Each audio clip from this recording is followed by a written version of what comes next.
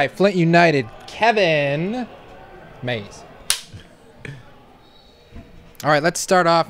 Have you introduce who you are and what it is that you do? Yeah, absolutely. Kevin Mays, team market owner and president of one of the newest basketball league teams, Flint United. Right, and we mentioned, I've talked to you before, we're from Michigan, and we're excited to finally have a team in Michigan. What makes you think Flint is right for a team? I mean, if you know anything about the game of basketball, it kind of speaks for itself. As long as I can remember, even though I never played high school basketball, I was a football athlete, track and field athlete, the dream is always to make it to the NBA, no matter what. My mom, my sister, my cousin, no matter what, basketball is king in the city. And it's just been, I think, a lifelong goal for the city to have a professional basketball team. It's been tried a few times, but we're in a space now where things are changing.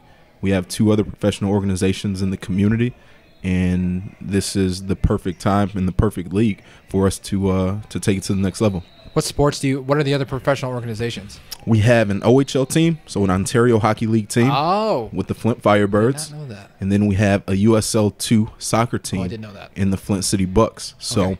You know, the Firebirds have been, I think they're in like somewhere between 6 and 8 years. The soccer team is just finished year 2, going into year 3. So, you know, tried and true models and examples of what we hope our organization to be.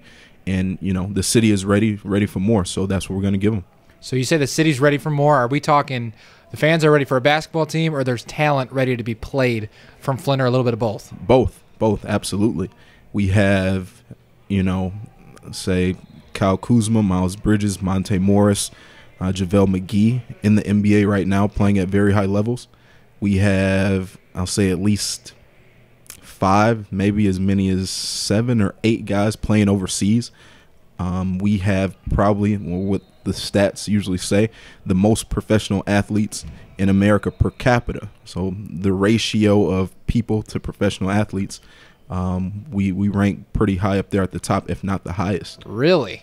Yep. And that's, you know, all sports. You got Clarissa Shields. You've got, you know, all those guys I just mentioned. You got Mark Ingram, Brandon Carr. The list goes on, all from the city of Flint. Whoa, I did not know that. I mean, those names I've obviously heard many times, but I did not know they all hailed from Flint. Absolutely. How's your team going to fit in with the community outreach aspect of TBL? You know, this has been a revolutionary moment, I'll say, for myself, and it's adding an amazing layer of connectivity through the community outreach aspect. I recently partnered with an organization called the Sylvester Broom Empowerment Village. We break ground this spring on a $10.5 million sports complex, 3 basketball courts, 70-yard football field, so 50 yards with 2 end zones. Sure. Our team will live there as far as practice goes. So we've got offices, locker rooms, team meeting rooms, 2,000 square foot training facility. And that all will translate and cascade down to AAU sports, and not just basketball. So we're talking football, basketball, baseball, soccer. We do a little floor hockey. There's some skateboard elements in there. I mean, really the outfit of this facility and this organization that we're working from will be taken to a great height for what we're going to be doing. So everything just aligns greatly. Is the community aware of United for the most part, or is it still kind of moving a little bit? Everybody's pretty well informed. It has been a little bit slow just because of COVID. Sure. We've kind of taken a slow approach to some of our marketing strategies and things like that. But we've had great support. I mean, partnering with the organization I just spoke of, we had our press conference back in early October at our city's version of the Fox Theater. The mayor came out. A lot of other city officials came out. We could only have a handful of people in the space, but, you know, we get covered by the news whenever we need to.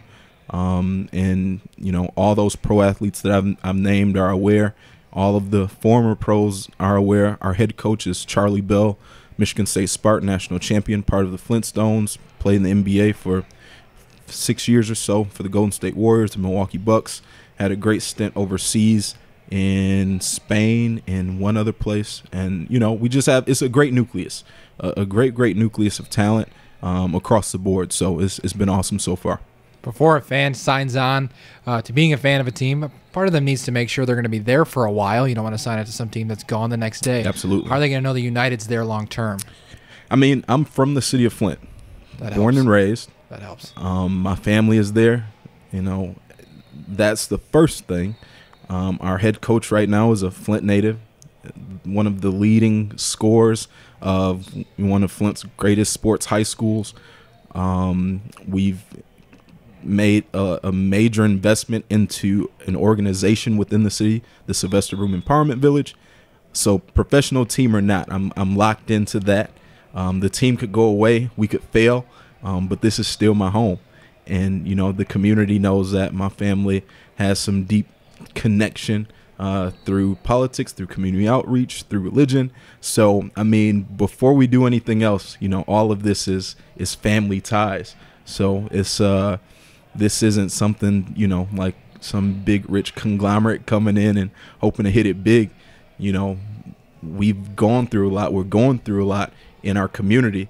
So, you know, you want to kind of have a vision in the sights to, you know, be able to look through all the negativity and the pandemic and the water crisis and everything else. And that's really my goal, is to push us through whatever it is that we need to get through to get to the next level. Let's talk about that for a second, because obviously being from Michigan, I know more about Flint. But if you're not from Michigan, the big time Flint hit the news was the water crisis. And so Flint hits the news about the water crisis. You probably learn a whole lot about your community, about the way they reacted. Absolutely. Helped you look in a even more positive light about your community, the way everything was handled by the people in the city? I mean, it's tough. It's really tough, because you look at, you know, a city that is largely affected by the dissolution of General Motors and the effects that played on the community, and still trying to recover from those things, plus crime. And now you have the water crisis, which stripped people of many more resources, you know, just basic necessities, being able to bathe, being able to brush your teeth, being able to have a glass of water. And then food deserts. It's like some things that you hear about on TV, and then it's like, I'm in the middle of this, and a lot of people that I know are in the middle of this. So it's just, it really does teach you a lot about how resourceful that, you know, people can be, and how resourceful we have to be, and knowing that, you know, our country has a long way to go to be able to kind of face these things and bring it full circle, so that we don't have those issues. But we have to help ourselves first. So, you know, that's what it comes back to for me, and being able to have, you know, the knowledge or wisdom to put certain things in place and to be able to help. So that's where we are. It's like, you know, we're not feeling sorry for ourselves, but, you know, if we can, you know, put the action in motion, then we're going to do that. So we'll kind of wrap up here. When we did a list on that program we showed out, we had a list of 2 contributors. One was actually me, and the other one was that guy right there. And we listed off what we thought were the best logos in the league. And we argued a lot. His list is not very good, except we both agreed on one, hands down. We didn't even talk about it. Yeah. We didn't even talk about it. We got our list together. We're like, hands down, Flint's is the best. Claire, can you see his logo? Yeah. Okay. All right, let's talk a little bit about that a little bit. Yeah, for sure. I mean, again, it goes a lot back to community, and when the opportunity provided itself to bring a team to the city, it was we could have been the Bears or the Tigers or a lot of things, but for where we were in the world and it wasn't being used, I like the effect of soccer organizations and, you know, the kind of club camaraderie feel that they have. I was like, Flint United is good. And then when you expound on that and start kind of sketching stuff out, like unity, holding hands, people coming together, and it's just been a hit. I really think that it's going to be a true champion for our community. And, I mean, you can't deny the logo. No. If you do, we probably don't want to be too much affiliated with you anyway. That's fair. So, no, it's been awesome. I really appreciate you guys recognizing it, and we're excited about it. That's awesome. Anything that you think everybody's going to know watching this about the Flint United that we haven't talked about? Man, I'm not even sure what to expect. We're here now watching, over 100 athletes compete for one spot, or two spots on each team. And it's, I won't say it's overwhelming, but it's truly amazing to see how much talent there still is in the country outside of your 30 NBA teams and your 30 G League teams. I think we're in a really awesome position to be able to, add another layer to American sports, American basketball, and to connect in a way that hasn't been done before. So, actually, we'll have one more thing. Not that the other teams didn't have this, but I think it was articulated at least the most here, is that there are just a ton of roots between the team and the community, more so than we've at least heard from the other ones. So what kind of message would you give to Flint right now about your team and about how that's all going to work together? That we're going to start in the basement.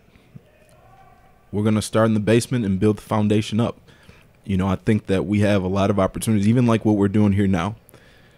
Some kids may not like to play sports, but they may like the idea of taking pictures or video or talking about it. We'll provide a platform to develop students athletically, educationally, and artistically in a way that it's transferable from the time they're 5 or 6 or however old they are until they go on into their professional lives. And I think our city is ready to accept these types of programs and opportunities. And if they aren't, it'll be there when they are, especially from me. So we want to be a beacon of light. We want to be a platform and a foundation for any and everyone in our community to grow from. And I think that's the true essence of sport, music, entertainment, arts. And I think, a lot of communities like ours and the ones in the TBL are coming around to realize how much we can do in our own communities. We don't have to be the NBA. We don't have to be the NFL.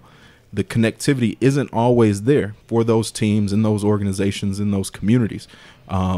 So we'll stay right here on the ground level, and we'll do the dirty work and the good work. Awesome. Thank you so much. That's fantastic. Guys. Absolutely. Oh, yep. Thank you. Where can people find Flint United social media? We are on basically anything. If you just type in Flint United basketball, we'll pop right up. Okay. Awesome. Thank you so much. Thank you, guys. Appreciate it. No, for sure.